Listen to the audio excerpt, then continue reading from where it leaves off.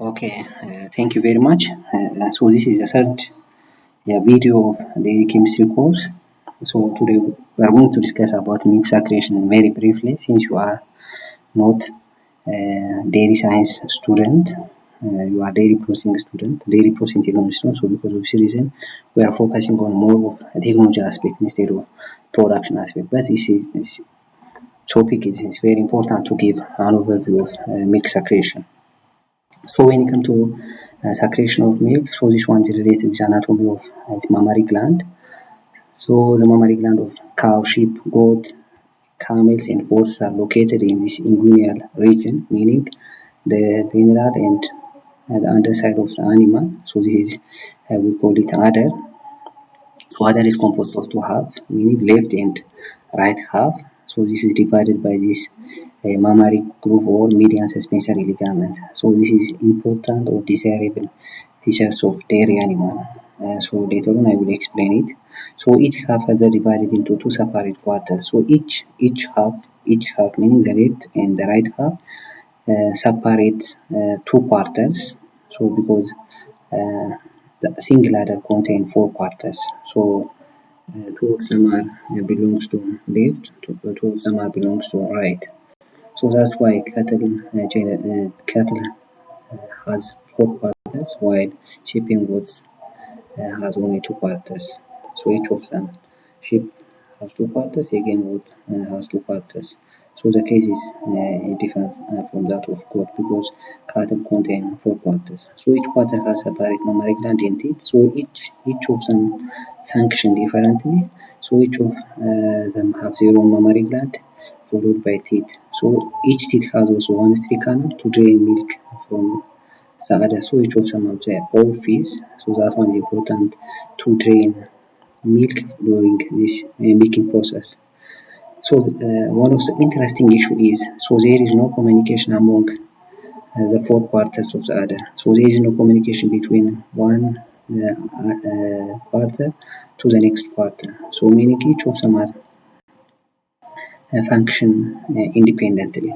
So that's why from single animal it's possible to observe four different qualities that one is coming from four separate mammary gland.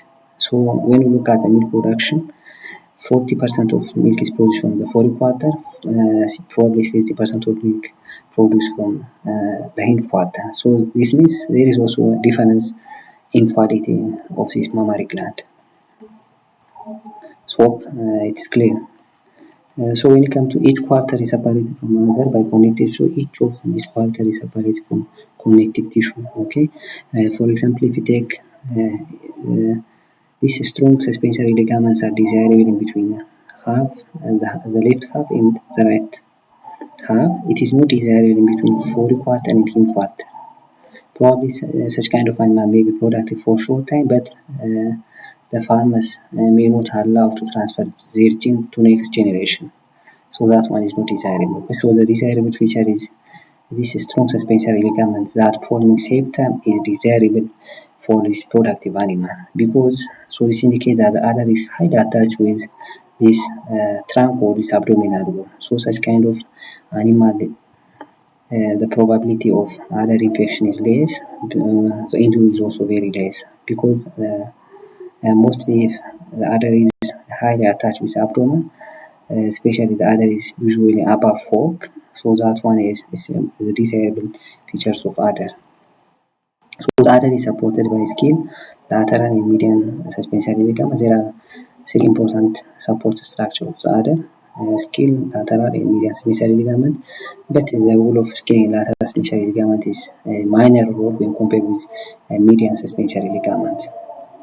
So I think this is we call it median suspensory ligament or intermammary groove. So that one is separate between left, this one is one teeth, the other teeth is this one, so this one the right side. So the left side here is also two teeth and two mammary gland. So the external part is the skin, that one is followed by lateral suspensory ligament, but the conjunction of this lateral suspensory ligament and skin is minor role to support the structure of the udder. So as far as structure of the udder is concerned, so median suspensory ligament is the most important one, just similar to photo frame. So I think so without photo frame, so impossible to hanging a photo via wall. So similar to this, median suspensor ligament has similar function. So if you look at this another structure of this internal structure of mammary gland, so this is teeth system. So this one is also temporary storage of milk. So there is also annular fold, that one is control to flow milk into that of teeth cistern. So this one is also gland cistern. So this one is probably 30% of milk is stored here. So the remaining majority of milk is produced in the inner side, that we call it alveolar wall. So when it comes to this median suspensor ligament, this one of the third support structure of the adder. So this is the most important support system of the cow adder.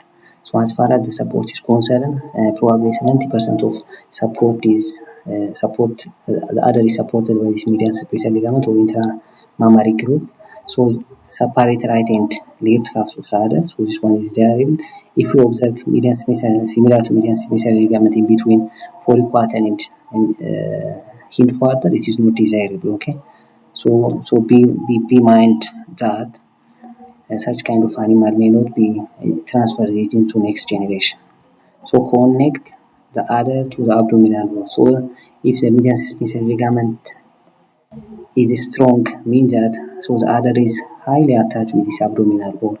So this is desirable features of adder. So located in the center of gravity of the adder to give nearly perfect balanced suspension of the adder. So the balance of the adder is usually determined by the median suspensor ligament. So another interesting issue is, so this one is elastic tissue, meaning it responds to way of milk in the adder. When the amount of milk is increased, it could be stretched. If the amount of production is less, it could be contract. So I think this is important features of this median suspensor ligament. So the adder is composed of glandular tissue which contain milk producing cells. So that one is important to synthesize milk. So the glandular tissue contain around 2 billion tiny bladders, as we call it, alveoli.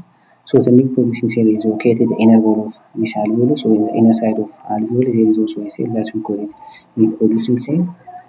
So the cluster of alveoli from 150 up to 220 joined together by common duct and surrounded by connective tissue, they form this lobule. So this lobule also surrounded by connective tissue and to form lobes. So the lobes is also forming quarters. So the cow has 4 quarters. So each lobe, so there are many lobes, they are forming quarters. So this 4 quarter forming adder. So alveolus is spherical in shape, so approximately kind of spherical in shape. So the lumen of this alveoli, as indicated before, this lined by this layer of this secretory epithelial cells. So this one is important.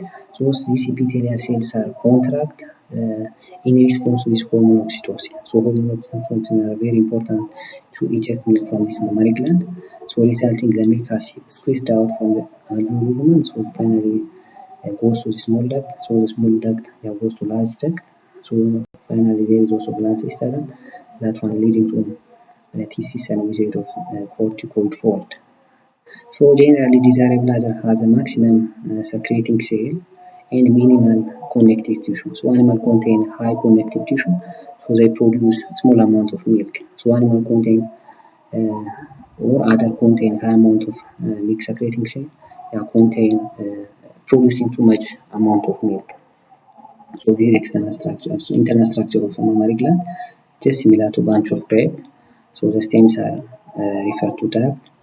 So the branches are referred to this alveoli.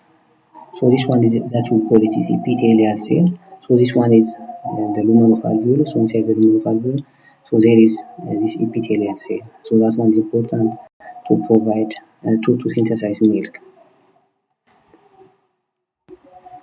So each mammary gland just look like this picture. So each of them have their three canals. So like finally drain from this orifice. So there is also teeth cistern, corticoid fold. This one the gland cistern. 30% of milk is stored here. There is also duct. So that one is leads the milk to that of gland cistern. So this we call it alveoli. That's why similar to a bunch of grape. So alveoli, many alveoli from 150 up to 220 form lobules. Finally, this lobule form lobe. So this whole structure forming one quarter.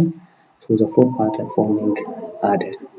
So the milk is synthesized and secreted from alveoli cell into small duct, from this small milk duct into this large milk duct. So then the milk is drained into this gland system, and is a place where 30% of milk is accommodated. So then through this cortical fold, so the milk is directly flow to that of the teeth system before the milk is ejected out from the stomach canal and meatus, so which is closed by sphincter muscle. So sphincter muscle is open during milking operation for a couple of 30 minutes immediately following milking. So animal must be stand for a couple of 30 minutes. So otherwise, the probability of getting pathogenic microorganism, the potential of cause mastitis is very high. So immediately following milking, so until the sphincter muscle is closed, so the animal must be stand. Otherwise, there are problem happening. So because only way of accessing microorganisms, especially pathogenic microorganism, is from this orifice. So at the same time, we need to be keep the hygiene of the milk, especially during milking operation. So the other important issue is how milk is formed. So there are two important processes take to account during secretion of milk by mammary gland. So these are diffusion or filtration. The other one is synthesis, meaning some of the milk constituents are directly flow to the blood. So the others are synthesized in other. So the precursors are directly coming from blood. So when it comes to each constituent of milk, so milk proteins are results of both filtration and synthesis, meaning some components of milk are synthesized and some components of milk are filtration. So in case of cow, nearly 94% of milk is synthesized in the mammary gland. So the remaining small amount of probably 6% of proteins are directly flow to. So the precursors are directly flow to, meaning the precursors are similar to the component of milk, like immunoglobulins and serum albumins appear to identical in the blood and the milk. So there is no variation. So this one directly we can find directly in milk. So the milk, immunoglobulins and serum albumin, and the blood immunoglobulins and serum albumins are the same. So the others are like casein, lactalbumins, and lactoglobulins of milk are not present in blood. So these are not present in blood. Rather, the precursors are directly coming from blood. That's we call it amino acids. So the others are synthesized casein, lactalbumins, and lactoglobulins. So that one is a very complex process. Maybe at this level, it is not as such required for this program. So in general, 90% of milk is directly synthesized in the udder. So when it comes to lactose, so this one is the principal sugar or carbohydrate in milk, which consists of one molecule of glucose and one molecule of galactose. So glucose is a normal blood component, lactose is not. So therefore, so the precursors are directly coming from blood, so the others are synthesized this lactose.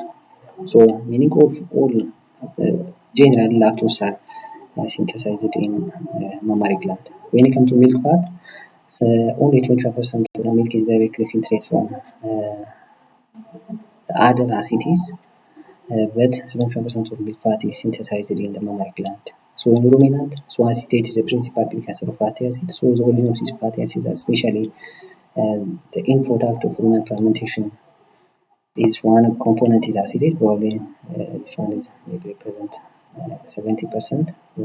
Butyrate and propionate are also another end product of rumen fermentation. But acetate is a primary precursor of this milk fat, meaning we need to be provide adequate amount of fibers. So otherwise the amount of fat become less. So animal only stick with or feeding concentrate feed means that amount of fat become less. So this explains why cow feed high grain ratios are commonly secrete low fat milk. So the diet results reduce production of acetate in the rumen. So finally the amount of fat in milk is less. So fiber is important component of feed, especially in terms of milk fat. So in addition, especially during hot weather, so the animal consume less amount of feed, especially fiber diet. So because of this reason, the amount of fat become less.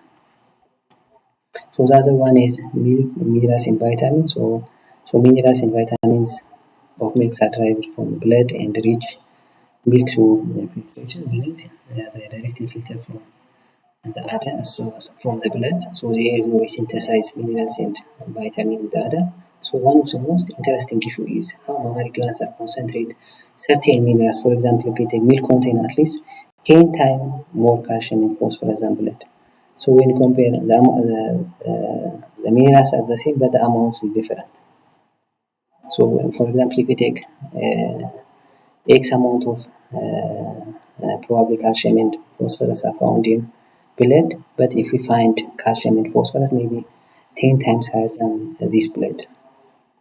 Whereas quantities of blood vitamins synthesized by women and microorganisms are rather constant in milk, so especially B vitamins are constant, but concentration of fat-soluble vitamins, especially vitamin A and D, are dependent upon the quantities of the ration as well as the reserve which is found in the body of the animal. So the other issue is water. So water milk contain 87% is water on average, but water is directly filtered from the blood. So almost all water is there is no way synthesize water in mammary gland. So thank you very much for today's class. So next time I think we will discuss about what are the major factors affecting the composition of milk. Yeah, today I'm very happy. So goodbye.